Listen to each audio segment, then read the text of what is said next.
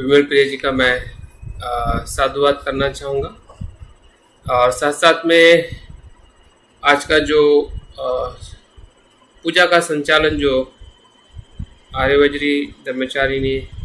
इन्होंने किया, उनका भी मैं साधुवाद करना चाहता हूँ। और आज के इस वर्ग में सभी मित्र जिन्होंने मित्र की दीक्षा ली है, और कुछ मित्र ऐसे भी हो सकते हैं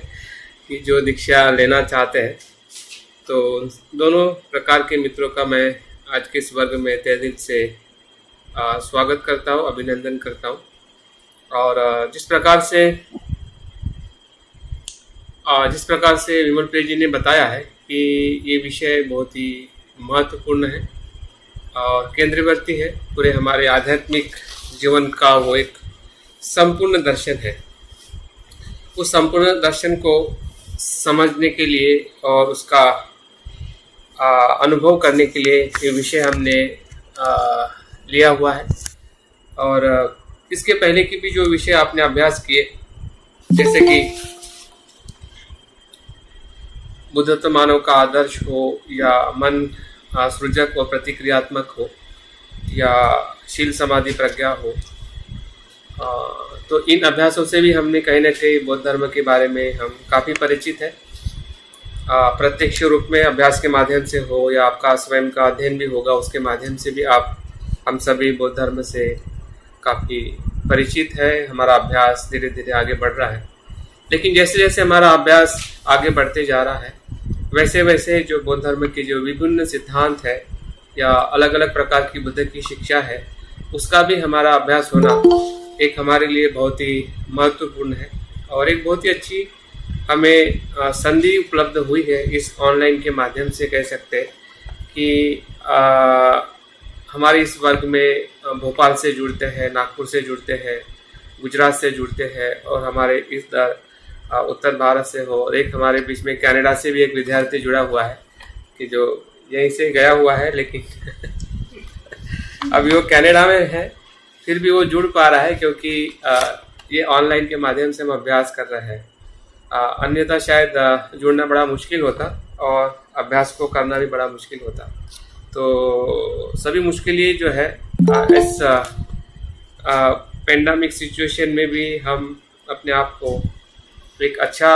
आहार दे रहे हैं। जिस प्रकार से निर्माणी ने कहा कि हमारे स्वास्थ्य का ध्यान रखने के लिए हमें ज़्यादा से ज़्यादा पानी का ग्रहण करना चाहिए, जिससे हमें ऑक्सीजन मिल सके। तो हमारे मन के लिए भी ऑक्सीजन की ज़रूरत है, और ऐसा मैंने पढ़ा है और मैं इस बात पे अपने चिंतन से भी अनुभव करता हूँ कि जिस प्रकार से शरीर को आहार की ज़रूरत है, या किसी प्रकार अगर बीमार होता है तो दवाई की ज़रूरत होती है, और आजकल एक कोरोना के लिए हमें एक वैक्सीन की ज़रूरत है, जिससे हमारी इम्यूनिटी बढ़ सके, या हम कह सकते हैं कि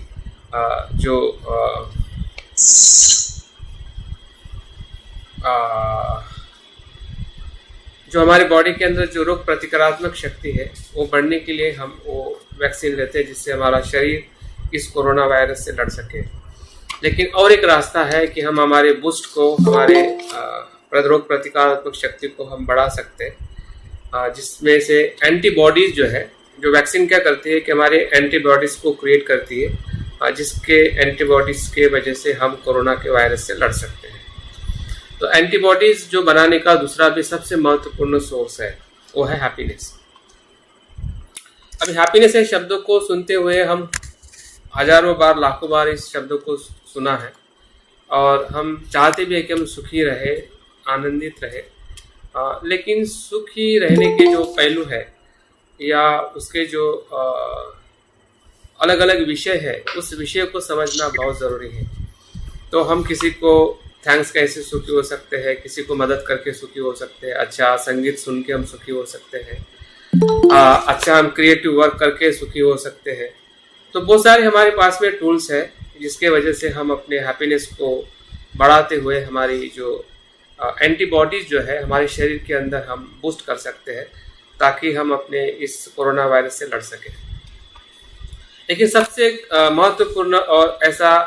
कारक जिसे हम कह सकते हैं कि सर्वश्रेष्ठ ऐसा उपाय जो है वो है धम्म। धम्म अपने आप में दवाई है, धम्म अपने आप में सुखी होने का या सुख की तरफ ले जाने का मार्ग है। और ऐसे धम्म के हम अनुयायी हैं, जो बुद्ध का धम्म है, जो शील समाधि और प्रज्ञा पे आधारित है, विचार की गहराई पे आधारित है, हमारे स्वयं के अनुभव पे आधारित है, जिसमें ना अंधविश्वास है, ना जाति भेद है, ना शोषण है, ना दुख है। तो ऐसे सुख का मार्ग जो बुद्ध ने बताया है, उसी ही मार्ग से जो मैं देख पा रहा हूँ या जो मैं समझ पा रहा हूँ, और शायद आप लोग भी इस बात से यकीन रख रहे होंगे कि सही में बुद्ध का धम्म ही इस पेंडेमिक सिचुएशन से हमें ज़्यादा से ज़्यादा जो एंटीबॉडीज़ जो है, जो हमारे शरीर में एक रोग प्रतिकारात्मक शक्ति को निर्माण कर सकता है, कि जो पूरी तरह से हमारे लिए खुली है। हमारा संघ हो या आपके साथ में जुड़े हुए जो मित्र हो, या इस प्रकार के कोई वर्ग हो या शिविर हो, या आपका खुद का ध्यान अभ्यास हो, ये सभी बातें आपके पास में पूरी तरह से उपलब्ध है। तो इस धम्म की दवाई को या हमारे रोग प्रतिकारात्मक शक्ति को बढ़ाने के लिए मुझे लगता है कि बहुत ही सुंदर ऐसा ये समय है, जिस समय का हम इस्तेमाल कर रहे हैं। तो आज उसी की श्रृंखला में बुद्ध का धम्म महासागर की तरह है। अब बुद्ध स्वयं अपने एक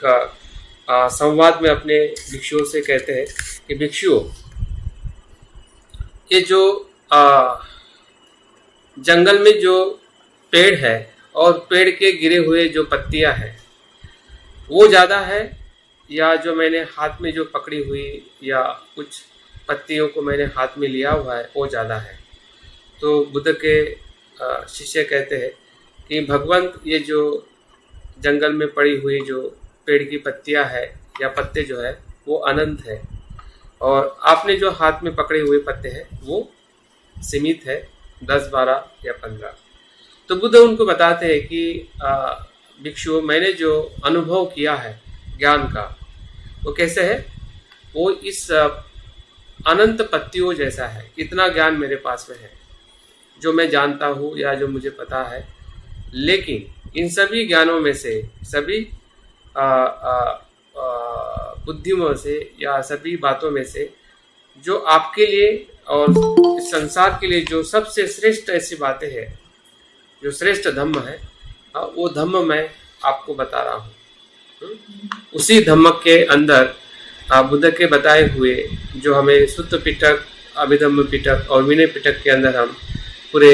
84,000 सुत्त देखते हैं, 84,000 शिक्षाएं जो देखते हैं, वो वही शिक्षा है जो बुद्ध ने कुछ मुट्ठियों में पकड़े हुए पत्तों को बताते हुए इतनी सारी बातें बुद्ध ने हमें बताई हुई है।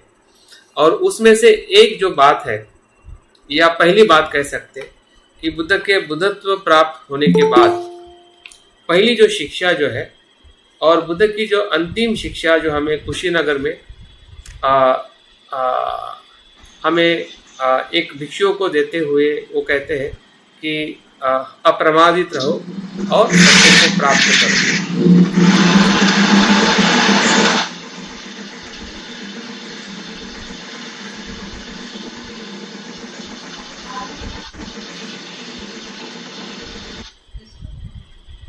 सत्य को प्राप्त करो। बुद्ध के अंतिम शब्द है अप्रमादित रहो। अप्रमादित रहो मतलब स्मृतिमान रहो। सभी संस्कार अनित्य है, स्मृतिमान बन के रहो। ये बुद्ध के आखिरी शब्द है। तो पहला शब्द बुद्ध का क्या था, पहला उपदेश क्या था, उसी उपदेश के तरफ आज हम, जिसको हम आर्य अष्टांगिक मार्ग का जो अभ्यास करने वाले हैं, उसी ही पहले बुद्ध की पहली जो शिक्षा है, जिसे हम प्रथम उपदेश कहते हैं, या हम दूसरी भाषा में उसको धम्म चक्र प्रवर्तन कहते हैं, या उसी के संदर्भ में हम धम्म चक्र प्रवर्तन सूत्र जो है, उसमें हमें बुद्ध के इस 4 आर्य सत्य और आर्यष्टांगिक मार्ग का संपूर्ण वर्णन हमें मिलता है, जिसके माध्यम से हम बुद्ध की पहली शिक्षाओं का हम अभ्यास कर सकते हैं। और ये अभ्यास कितना महत्वपूर्ण है,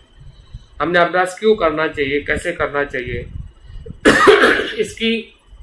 इसका जो परीक्षण जो बनते उर्गेन संरक्षित जी ने हमारे बीच में एक व्याख्यान माला के दौरान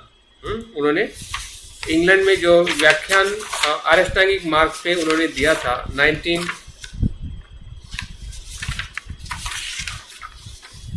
1983 में, उसी का ही ये संकलन है जो किताब में हमें अष्टांगिक मार्ग का, अगर आपके पास में मराठी में किताब है जो मराठी भाषी है और हिंदी में भी उसका प्रकाशन हुआ है, तो वो ग्रंथ है। तो वो ग्रंथ के स्वरूप में वो 1986 में उसका प्रकाशन हुआ है। तो इस ग्रंथ को आधार रखते हुए ये हम अभ्यास करने वाले हैं, और इस अभ्यास का इसलिए भी महत्वपूर्ण स्थान है हमारे जीवन में क्योंकि बाबा साहब हमारे क्या है, प्रेरणा स्थान है। हम हमेशा जब भी नमो बुद्धाय कहते हैं तो जय भीम हम जरूर कहते हैं, जब भी हम जय भीम कहते हैं तो नमो बुद्धाय भी हम कहते हैं। तो बाबा साहब की जो हमारी प्रेरणा है वो हमारे साथ अनंत और हमेशा बनी रहती है। तो बाबा साहब की जो 22 प्रतिज्ञा में भी हमें बाबा साहब स्वयं हमें प्रतिज्ञा देते हैं कि मैं अष्टांगिक मार्ग के अनुसार आचरण करूंगा। तो बाबा साहब के 22 प्रतिज्ञा में भी जो अष्टांगिक मार्ग का जो अनुसरण करने की बात बाबा साहब हमें बताते हैं, तो उसके माध्यम से भी हमने देखना चाहिए कि ये किस प्रकार का ये महत्वपूर्ण जो शिक्षा जो है हम अभ्यास करने वाले हैं। भंते के माध्यम से भी हमें देखना है, साथ में बुद्ध ने जो ये प्रथम शिक्षा के माध्यम से हमें 4 आर्य सत्य और अष्टांगिक मार्ग की बात की है। और अगर हम आधुनिक परिप्रेक्ष्य में जो हमारे प्रेरणा स्थान है बाबा साहब अम्बेडकर, उनके अनुसार भी हमें समझना है कि किस प्रकार से हमने अष्टांगिक मार्ग का अध्ययन करना चाहिए ताकि हमें उसका संपूर्ण लाभ हो सके।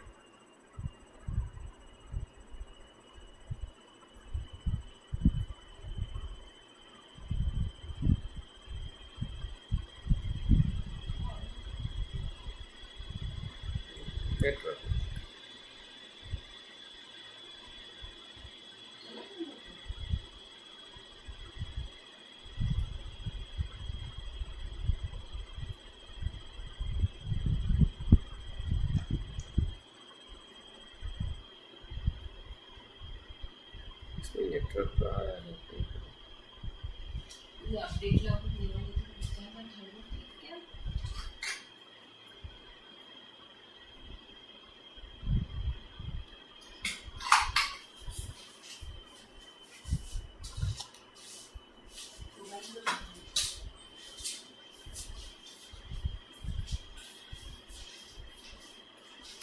देख भाई।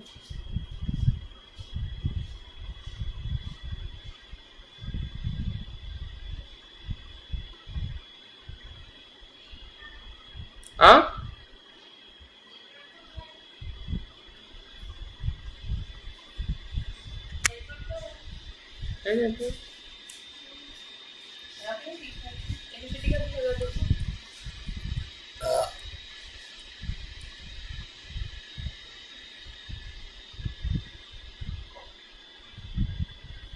थोड़ी सी लिक्विड आगे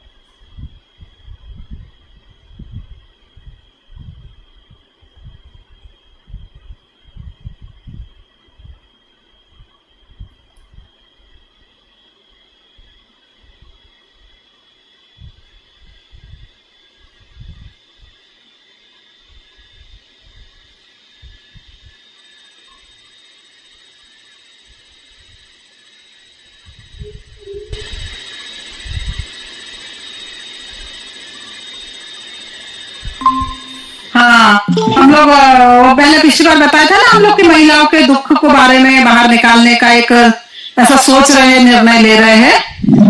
हाँ, वो डिसाइड हुआ है। गुरु आ गया। बात करिए, आप सभी माइक म्यूट करें।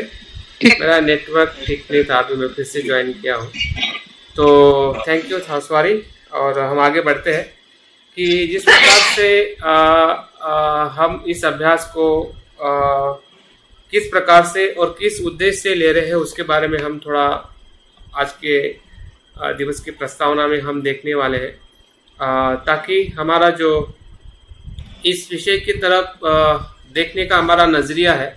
वो सर्वांगीण होना चाहिए। नहीं कि हम सिर्फ बुद्ध की शिक्षा की बात कर रहे हैं, बल्कि साथ साथ में भंते जी ने जो इसका व्याख्यान दिया है उस किताब का हम अनुसरण करने वाले हैं। और साथ साथ में जो बुद्ध की शिक्षा का जो ओरिजिनल टेक्स्ट है, या बुद्ध ने जिसे हम धम्मचक्र प्रवर्तन सूत्र कहते हैं, उस सूत्र में भी बुद्ध ने जो अष्टांगिक मार्ग और 4 आर्य सत्य को लेके बात की है, उसका भी हम थोड़ा रेफरेंस लेने वाले हैं। और साथ साथ में जो बुद्ध ने, बाबा साहब ने जो 22 प्रतिज्ञा में जो हमें बताया है कि मैं अष्टांगिक मार्ग का आचरण करूंगा, ऐसी मैं प्रतिज्ञा लेता हूँ, तो उस तौर पे भी हमें अष्टांगिक मार्ग का जो महत्व है हमारे धम्म जीवन में, उसको हमने देखने का प्रयास करना है। अगर हम इसकी बात करते हैं कि हमारा उद्देश्य ये जो अभ्यास करने का क्या हो सकता है, क्यों हमने अभ्यास करना चाहिए, या अष्टांगिक मार्ग या किसी भी बुद्ध शिक्षा को हमने क्यों अभ्यास करना चाहिए। और मुझे यकीन है कि हम सभी को पता है, लेकिन फिर भी मैं एक शब्दों में या एक सेंटेंस में बताना चाहता हूँ कि सीधा और सरल उद्देश्य है कि जो भी हम बौद्ध धर्म का अध्ययन कर रहे हैं, या विशेषतः अष्टांगिक मार्ग का जो हम अभ्यास करने वाले हैं, उसका एकमात्र उद्देश्य है कि हमें अपने आचरणात्मक और व्यवहारिक जीवन में बदलाव करना है। अष्टांगिक मार्ग क्या है? ये कोई सैद्धांतिक दर्शन या ऐसा कोई ये नहीं है कि हमें उसकी स्तुति करनी है या गुणगान करना है, या सिर्फ एक प्रकार का विचार है। इस प्रकार से हमें अष्टांगिक मार्ग को या बुद्ध की किसी भी शिक्षा को हमने नहीं देखनी है, भले वो किसी भी सिद्धांत के तौर पे हम अभ्यास करें या ऐतिहासिक तौर पे भी हम अभ्यास करते, फिर भी उसका जो पहलू जो है हमारे इतिहास का अभ्यास करने का हो या किसी दार्शनिक सिद्धांत का अभ्यास करने का हो, उसका सीधा और सरल जो उसका एकमात्र उद्देश्य है कि हमें उसका आचरण करते हुए हमारे व्यवहार में बदलाव लाना है। अगर नहीं आ रहा है तो समझ जाइए कि वो बौद्ध धर्म का सिद्धांत हम सही तरीके से समझ नहीं रहे हैं, या हम कह सकते हैं कि हम सच्चे बुद्ध के अनुयायी नहीं हो सकते हैं।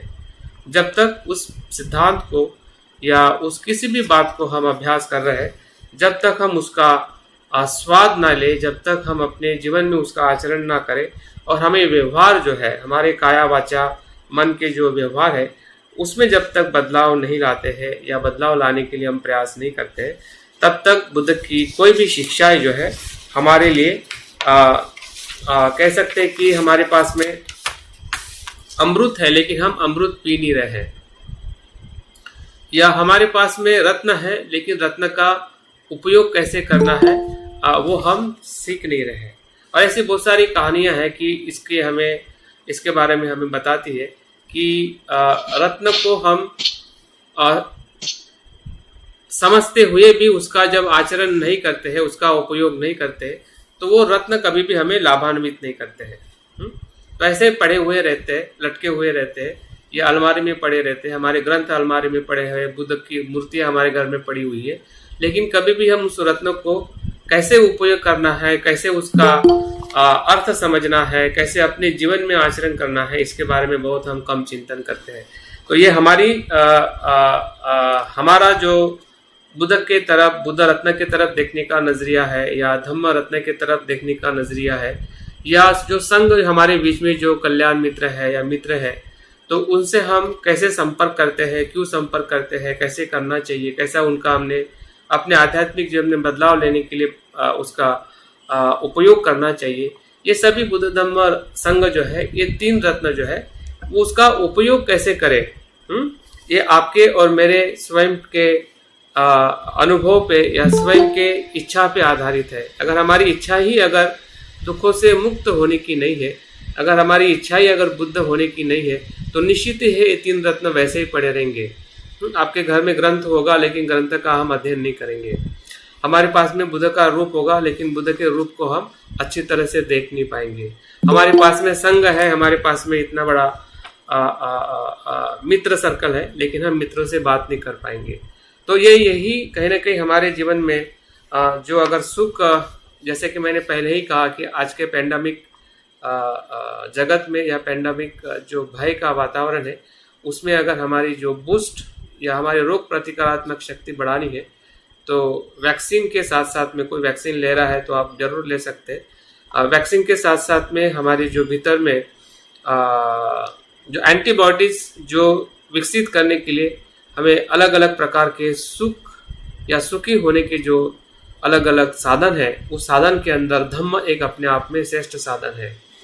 हाँ, एक ऐसा माध्यम है कि हम हमारे शरीर में एंटीबॉडीज को रोज क्षण प्रतिक्षण निर्माण करते हुए हमारे भीतर की जो रोग प्रतिकारात्मक शक्ति है, जिससे हम इस कोविड में या पेंडेमिक संसार में हम अपने आप को भी सुरक्षित कर सकते हैं और हमारे जो भी मित्र है या जिससे भी हम संवाद कर सकते हैं या समाज संसार को भी हम सुरक्षित कर सकते हैं। तो इस प्रकार से धम्म में जो ताकत है, और धम्म के बारे में ही हम आज जो आर्यष्टांगिक मार्ग का जो एक प्रास्ताविक एक स्वरूप है, उसको हम देखने का आज प्रयास करने वाले हैं। तो हम शुरू करते हैं कि बुद्ध के बोधि ज्ञान से, क्योंकि बुद्ध का बुद्धत्व प्राप्त होना ही एक अपने आप में इस प्रथम शिक्षा को जब हम अभ्यास कर रहे हैं, वो उसकी शुरुआत है। क्योंकि जब तक हम उसके उगम स्थान को नहीं देखेंगे, तब तक उसके जो पेड़ में से निकली हुई जो डालियां है, हाँ, अलग अलग प्रकार की जो डालियां जो है, बुद्ध का धम्म है। और बुद्ध का स्वयं का जो अस्तित्व जो है, उस पेड़ की पूरी क्या कह सकते हैं, मूल है। या उसके भीतर जो एनर्जी जो है, वो बुद्ध है। तो बुद्ध ही अपने आप में धम्म है। जब वो अपनी बात को लोगों के बीच में रखते हैं, तो वो धम्म बन जाता है, हमारे लिए मार्ग बन जाता है। लेकिन बुद्ध ने जिस धम्म को अनुभव किया, जिसे हम सत्य कहते हैं, तो वो क्या है, वो हम थोड़ा संक्षिप्त में देखेंगे और बाद में देखते हैं कि बुद्ध किस प्रकार से पहली शिक्षा देने के लिए किसके पास में जाते हैं और किस प्रकार से वो अपने बात को रखते हैं। क्योंकि ये हमारे लिए इसलिए महत्वपूर्ण है कि भंते भी हमारे बीच में जो बात रखना चाहते हैं, तो क्या वो उसी प्रकार से रख रहे हैं जिस प्रकार से बुद्ध रखते हैं। हमें इसके बात को भी देखना है कि बाबा साहब भी क्या जो बात बुद्ध की हमारे पास में रख रहे हैं, तो क्या वैसे ही रख रहे हैं। और साथ साथ में अगर हम लोग भी आपके बीच में जो बात रख रहे हैं, तो क्या वैसे ही है कि जिस प्रकार से बुद्ध ने रखी थी, ताकि आपके लिए वो एक प्रकार का उचित और प्रेरणादायी मार्ग हो सके। क्योंकि बातें सत्य की होते हुए भी अगर वो सही तरीके से अगर नहीं की जाती है, तो उसका लाभ जो सामने वाला व्यक्ति उसे नहीं होता है। उदाहरण के तौर पे मैं अगर आपको बताऊं कि अगर आप सही बात सही तरीके से सही व्यक्ति को सही समय में आप नहीं देते हैं, तो वो बात उसको कभी भी लाभान्वित नहीं कर सकती है। और आजकल वही हो रहा है कि हमारे सोशल मीडिया में हो या एक दूसरे से बात करते समय हो, हमारी ऐसी ही बात होती है कि हम सही बात सही व्यक्ति को सही समय पे सही तरीके से नहीं करते हैं। इसलिए ही सब हमारे जो कम्युनिकेशन में हो या हमारे पूरे रिलेशनशिप में हो, या ये जितना भी एक प्रकार का भवंडर जो मचा हुआ है पूरे हमारे समाज में या हमारे पूरे जीवन में, ये कहीं ना कहीं इसी के ही कारण है। हाँ, लेकिन बुद्ध जो बात करते हैं वो बहुत ही सही तरीके से सही समय पे सही व्यक्ति के साथ सही तरीके से बात करने की जो प्रक्रिया है, वो भी हमें इस बुद्ध के प्रथम शिक्षा के माध्यम से हमें समझने को मिलेगी। चलो देखते हैं कि बुद्ध के बुद्धत्व प्राप्त होने का जो प्रसंग है, हमें सभी को पता है कि उन्होंने बुद्धत्व कहाँ पे प्राप्त किया है। बोधगया में प्राप्त किया है। और बोधगया में बुद्धत्व प्राप्त करने के बाद वो 5 या 6 सप्ताह तक उनके जो बोधि का जो सुख जो था, अलग अलग वृक्ष के नीचे एक सप्ताह उसका सुख का अनुभव करते हुए, जो अंतिम सप्ताह जो था, अंतिम सप्ताह में उनके मन में ऐसा प्रश्न आता है, क्या मैं शिक्षा मनुष्य जाति को या मनुष्य लोग को दूं या ना दूं। ये एक प्रकार का प्रश्न बुद्ध के मन में जब निर्माण होता है और हमें एक कहानी ऐसी बताती है, अगर आपने सुनी है और पढ़ी है, तो एक उनके मन के सामने एक ऐसा रूप निर्माण होता है जिसे हम ब्रह्मा संपत्ति कहते हैं। तो ब्रह्मा संपत्ति ऐसी कुछ ईश्वरीय शक्ति नहीं है, बल्कि वो बुद्ध की ही माँ करुणा का स्वरूप है। उनकी करुणा ही उनके सामने प्रत्यक्ष होती है। जैसे कि आमतौर पे अगर आपके मन में भी अगर कोई अच्छा भाव होता है और आपके मन में एक प्रश्न निर्माण होता है, एक भाव आपके मन में प्रश्न निर्माण करता है और दूसरा भाव आपके सामने प्रकट होता है कि नहीं, मैंने ये करना चाहिए, ये लोगों के लिए, हित के लिए है। बस उसी प्रकार से बुद्ध के चित्त में भी ऐसा ही भाव निर्माण हुआ। एक तरफ उनका भाव निर्माण हुआ कि इतना कठिन जो सत्य मैंने प्राप्त किया कि मैं बताऊं कि नहीं बताऊं, और उसी क्षण में उनके मन के भीतर जो एक करुणा का भाव जो था एक ब्रह्मा संपत्ति के स्वरूप में उनके सामने प्रत्यक्ष हुआ और उनको विनंती करते हैं कि भगवान, आपने जो सत्य को प्राप्त किया है, उस सत्य को आपने समाज, लोक और देवों के हित के लिए या मानव जाति के हित के लिए आपने जरूर बताना चाहिए। तो बुद्ध की ये जो आखिरी सप्ताह का जो अनुभव जो है, वो एक प्रकार का हम ऐसा कह सकते हैं कि वो मनुष्य जीवन के साथ संवाद करने का एक प्रसंग है, या ऐसा कह सकते हैं कि वो संकेत है।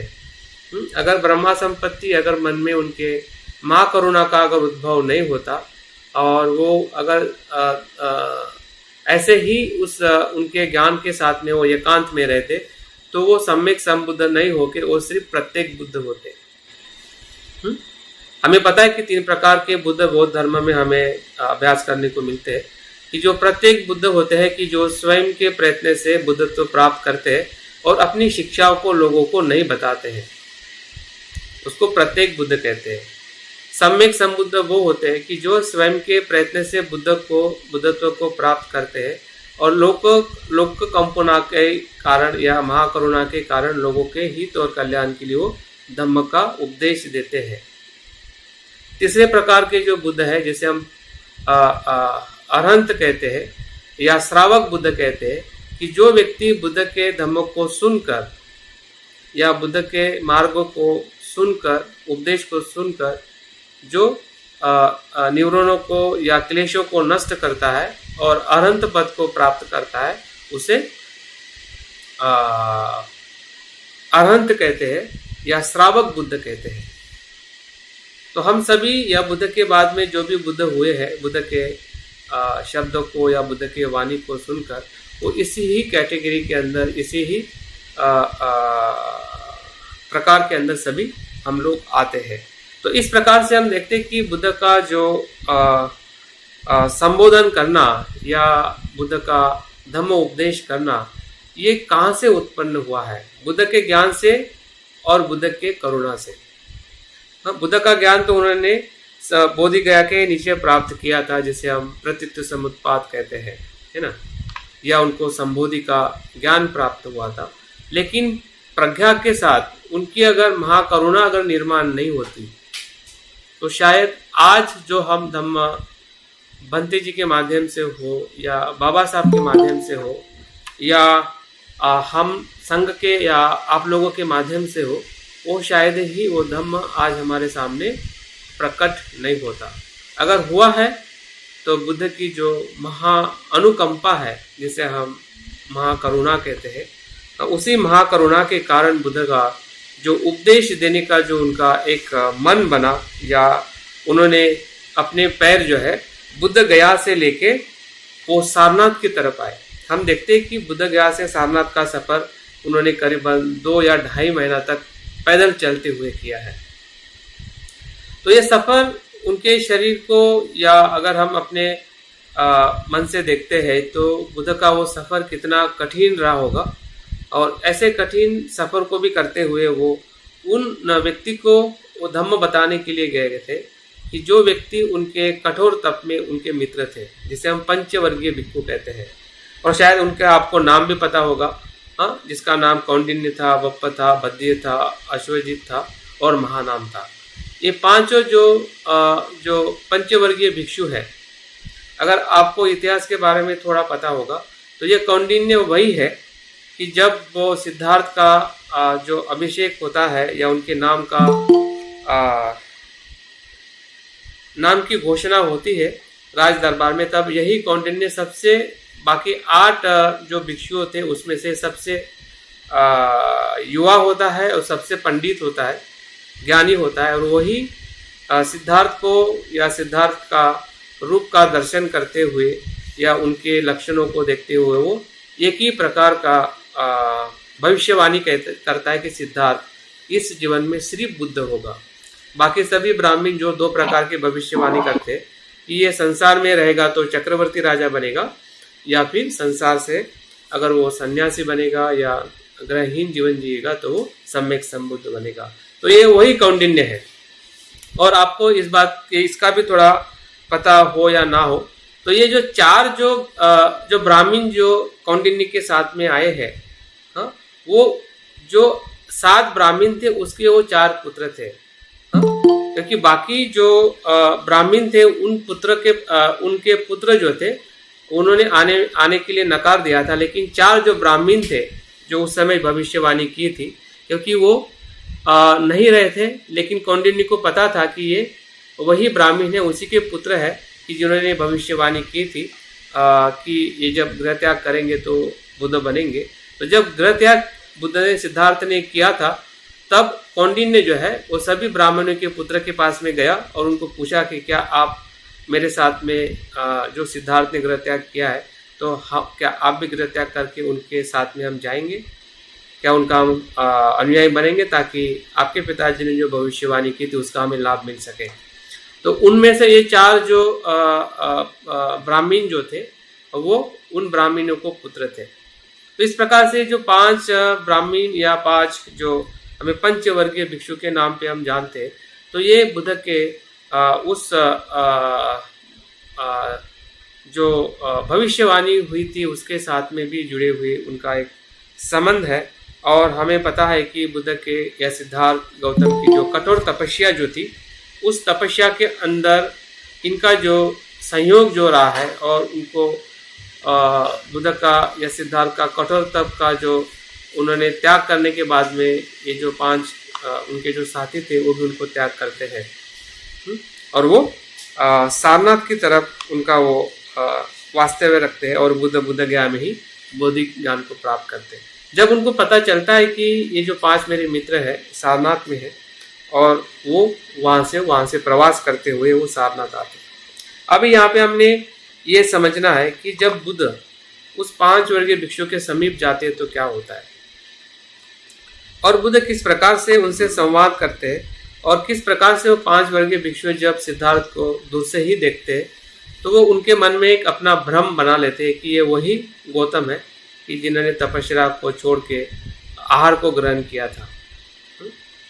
तो इसका हमने आदर नहीं करना चाहिए, सत्कार नहीं करना चाहिए, उनको बैठने के लिए जगह नहीं देनी चाहिए, उनका अनादर करना चाहिए।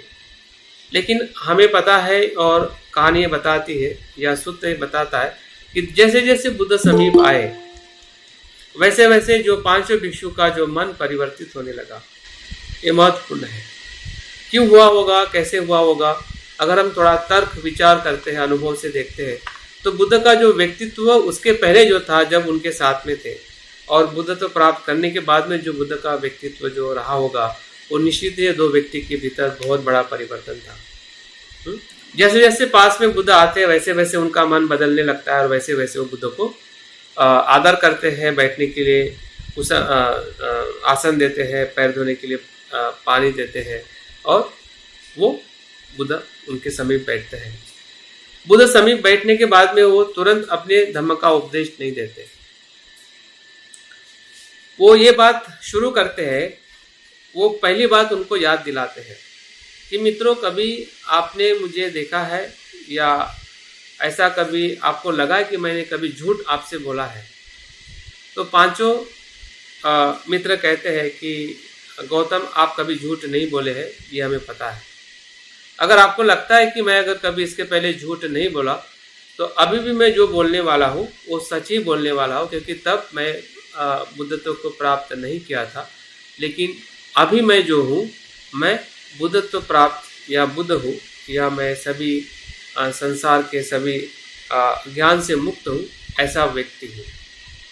तो क्या आप मुझे सुनना चाहोगे? क्या आपको लगता है कि मैं अभी सच बोल रहा हूँ? तो वो 5 साथी कहते हैं कि भगवंत हाँ। देखिए कि ये जो संवाद करने की जो पद्धति है, ये बहुत ही सकारात्मक है और बहुत ही एक कह सकते हैं कि उनकी बात, जो सत्य बात बताने का जो तरीका जो है वो हमें बुद्ध के इस संवाद से सीखना है। और भंते संरक्षित को हम जब उनके बताए हुए जो प्रवचन माला है अष्टांगिक मार्ग की, जो ग्रंथ रूप में हमारे सामने है, अगर उस ग्रंथ को भी अगर हम पढ़ते हैं तो भंते भी बहुत ही एक कह सकते हैं कि हमारे सामान्य मनुष्य को उसके जो अर्थ के साथ या उसका जो महत्व जो है धीरे धीरे बताना चाहते हैं। और वो इस प्रकार से बताते हैं कि सिर्फ एक विशिष्ट संप्रदाय से नहीं, लेकिन संपूर्ण बौद्ध धर्म का समग्र स्वरूप उसके हिसाब से बाबा बुद्ध हमें भंते संरक्षित जी बात बताते हैं। बुद्ध की बात जब हम देखते हैं कि एक शुरुआत का जो बुद्ध का अनुभव था वही उसमें दिखाई देता है, लेकिन जब हम 20वीं 21वीं शताब्दी में आते हैं तो उसके साथ में कितने सारे संप्रदाय बौद्ध धर्म में निर्माण हुए हैं। महायान हुआ, वज्रयान हुआ, उनके भी बहुत सारे सिद्धांत हैं कि जिसको हम सम्यक दृष्टि के माध्यम से हमने देखना चाहिए। तो भंते ने हमें सर्वांगिक स्वरूप में सम्यक दृष्टि की बात की है, अष्टांगिक की बात की है। और भंते यहाँ पे वहाँ तक ही नहीं रुकते, बल्कि आधुनिक परिप्रेक्ष्य में जो वैज्ञानिक तरीके से जिसे हम उत्क्रांति कहते हैं, हमें डार्विन का सिद्धांत पता है। डार्विन के सिद्धांत के अनुसार और साइकोलॉजिकली हम किस प्रकार से हमारी कॉन्शियसनेस लोअर से हायर तक होती है, तो भंते इसका भी अनुभव करा के हमें अष्टांगिक मार्ग बताते हैं। तो भंते का भी तरीका वैसे ही बाबा साहब के भी तरीके में जब हम देखते हैं कि बुद्धानिस धम्मा जब हम पढ़ते हैं तो बाबा साहब ने भी हमें बहुत ही सिस्टमैटिक तरीके से ग्रंथ के माध्यम से हमें बताया है कि धम्म क्या है, अधम्म क्या है, सद्धम्म क्या है।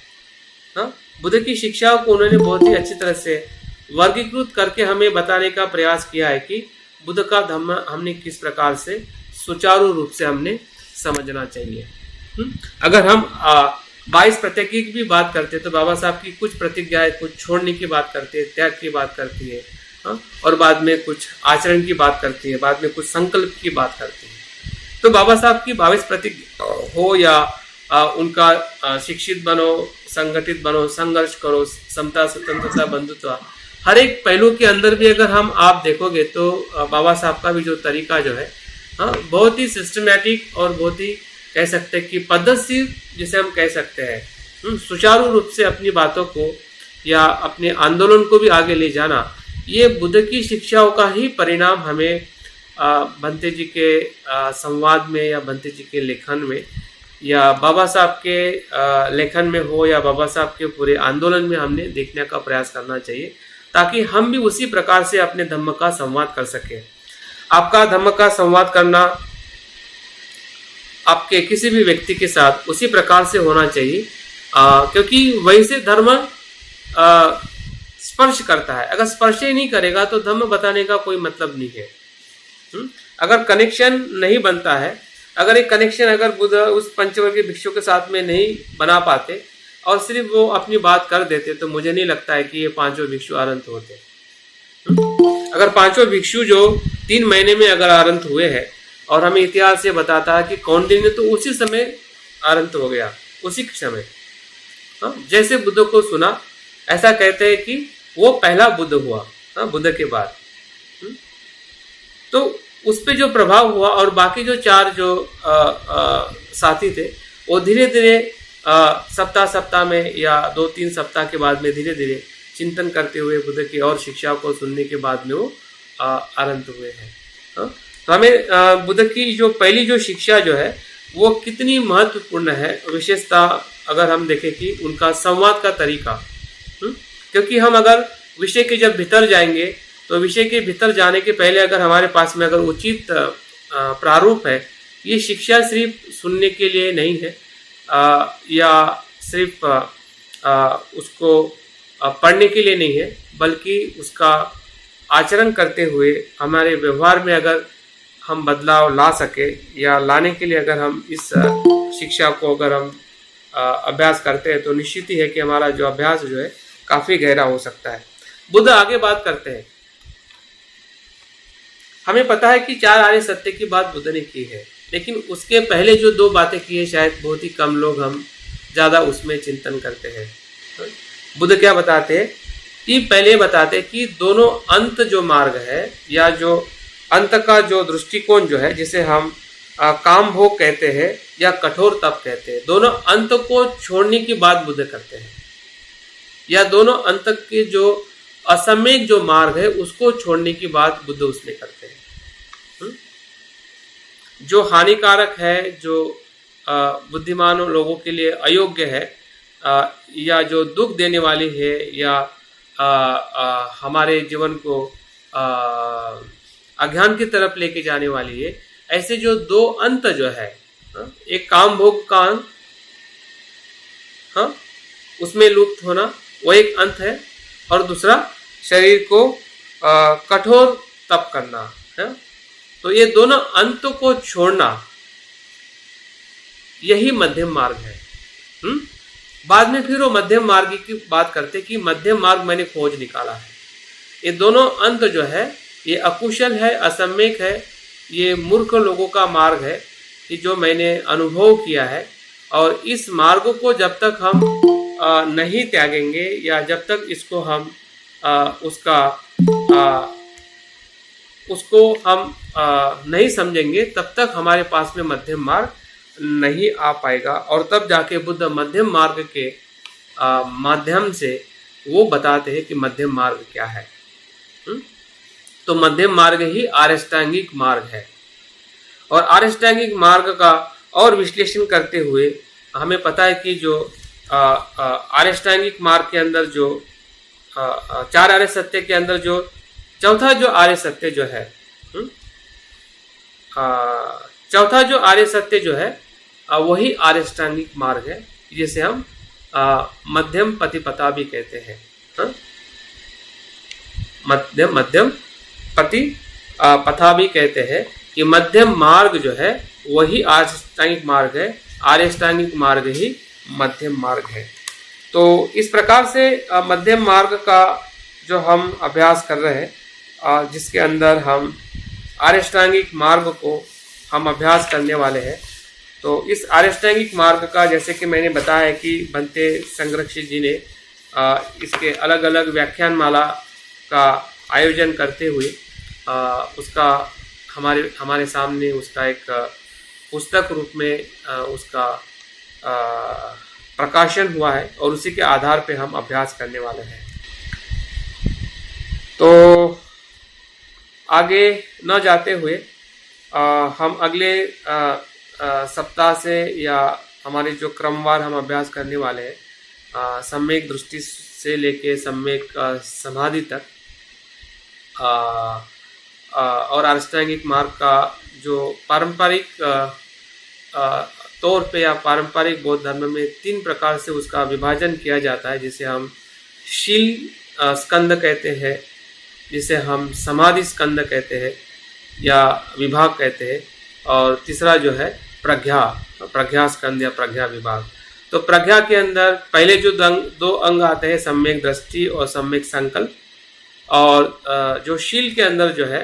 वो सम्यक वाचा, सम्यक कर्मांत और सम्यक आजीविका, ये 3 अंग आते हैं।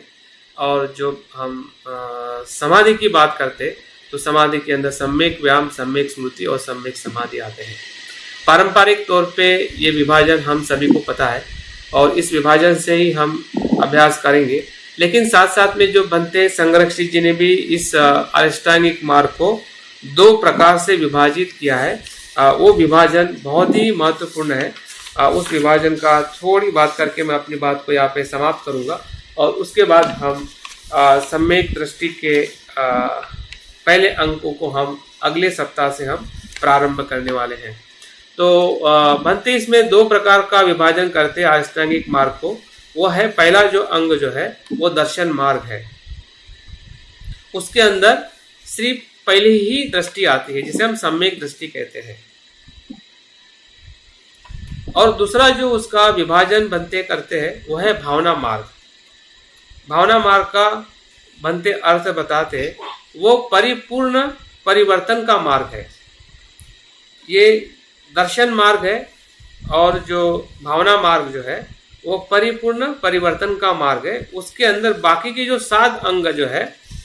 जो सम्यक संकल्प, वाचा, कर्मांत, आजीविका, व्यायाम, स्मृति और समाधि, ये सभी 7 अंग जो है वो भावना मार्ग में आते हैं। देखते हैं कि भावना मार्ग कितना बड़ा है। लेकिन भावना मार्ग में परिवर्तन लाने के लिए हमें सम्यक दृष्टि का होना बहुत ही महत्वपूर्ण है।